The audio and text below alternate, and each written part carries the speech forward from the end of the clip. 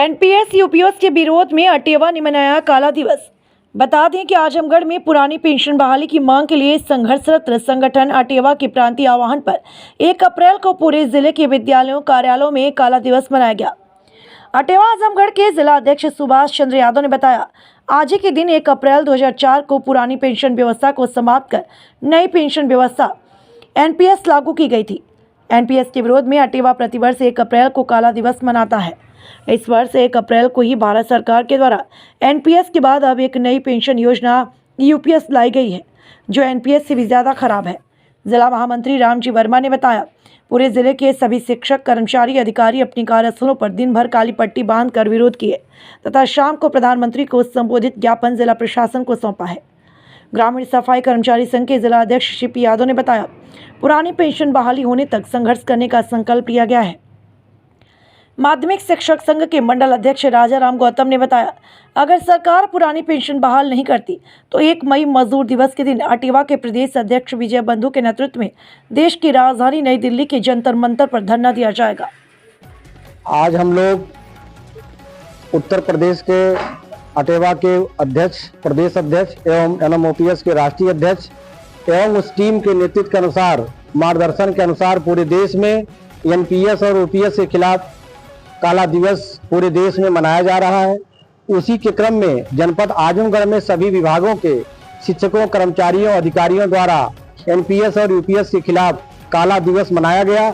उसी के क्रम में जनपद आजमगढ़ में भी यह अभियान चलाया गया और तत्पश्चात देर शाम आज हम लोग यहाँ कलेक्ट्रेट में उपस्थित होकर के एनपीएस और यूपीएस के खिलाफ माननीय प्रधानमंत्री जी को संबोधित माननीय जिलाधिकारी महोदय के माध्यम से ज्ञापन सौंपा गया। रामजी वर्मा, जिला महामंत्री अटेवा, जनपद आजमगढ़, असिस्टेंट प्रोफेसर बीएड विभाग, श्री दुर्गा जी पीजी कॉलेज, चंडेश्वर, आजमगढ़। देखिए, हम लोग की ये लंबी लड़ाई चल रही है पुरानी पेंशन बहाली को लेकर के। जो सरकार ने वर्ष 2004 में एनपीएस लागू किया, जिसमें हमारा 10% कंट्रीब्यूशन होता है, उसी क्रम में हम लोग के दबाव में सरकार ने यूपीएस लाया। यूपीएस की व्यवस्था एनपीएस से भी बुरा है, क्योंकि सरकार ने 20 वर्षों तक केवल एनपीएस को सही कहते कहते अब इस बात को महसूस किया कि एनपीएस की व्यवस्था अच्छी नहीं है, इसलिए यूपीएस लाई है। यूपीएस भी 20 साल के बाद, 10 साल के बाद देखिएगा, इससे बुरी स्थिति है। क्योंकि देखिए, हम इस मौलिक प्रश्न के साथ खड़े हैं कि देश की अर्थव्यवस्था से जुड़ा हुआ पेंशन का मुद्दा है। पेंशन का मुद्दा केवल शिक्षक कर्मचारियों का मुद्दा नहीं है, बल्कि देश की अर्थव्यवस्था का मुद्दा है और इससे देश की अर्थव्यवस्था खराब हो रही है। पुरानी पेंशन से परिवार बिखर रहे हैं, भारत की सामाजिक ताना बाना बिखर रही है और साथ ही यह पैसा, देश का पैसा एनपीएस के माध्यम से बाहर जा रहा है। देश का पैसा जब देश में रहेगा तो कभी भी किसी भी प्रकार की कोई समस्या नहीं आएगी। मैं दावे के साथ इस बात को कि कभी किसी भी मंच पे बैठ करके इसको समझा जाए, एनपीएस यूपीएस की व्यवस्था कभी ओपीएस से अच्छी नहीं हो सकती है। एक माध्यमिक शिक्षक संघ एकजुट के मंडल अध्यक्ष राजाराम गौतम, अध्यापक गांधी इंटर कॉलेज कृष्णदासपुर। आज हम लोग अटेवा पेंशन पुरुष विजय बंधु जी के नेतृत्व में जो पूरे देश में 1 अप्रैल को काला दिवस मनाया जा रहा है एनपीएस यूपीएस के विरोध में, और उसी क्रम में हम लोग पूरे विद्यालय में, पूरे हर विभाग में संपर्क करके काला दिवस मनाया गया है।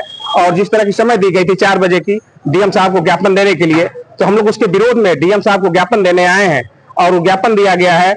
एनपीएस जो सरकार शब्दों में उलझा रही है, जो एनपीएस यूपीएस को शब्दों में उलझा रही है, जो विकलांग को दिव्यांग कहकर शब्दों में उलझा रही है, तो इस सरकार को जो शब्द जाल है, इसके विरोध में हम लोग पूरे 1 मई की तैयारी है। जंतर मंतर पर हम लोग 1 मई की विशाल संख्या में जाने की तैयारी है और उसी क्रम में हम लोग यहाँ बाइट वो देने आए हैं डीएम साहब को ज्ञापन कि जनाक्रोश को समझते हुए सरकार, माननीय प्रधानमंत्री जी इस चीज को समझे और हमारी जो पुरानी पेंशन बहाली, जिस तरह विजय बंधु जी कहते हैं कि हूबहू हमको चाहिए, तो हम पुरानी पेंशन बहाली के लिए हूबहू प्रयास कर रहे हैं कि हमारा जल्द से जल्द पुरानी पेंशन बहाल किया जाए और शब्दों में एनपीएस यूपीएस के शब्दों में हमको न उलझाया जाए, नहीं तो इसका गंभीर परिणाम होगा।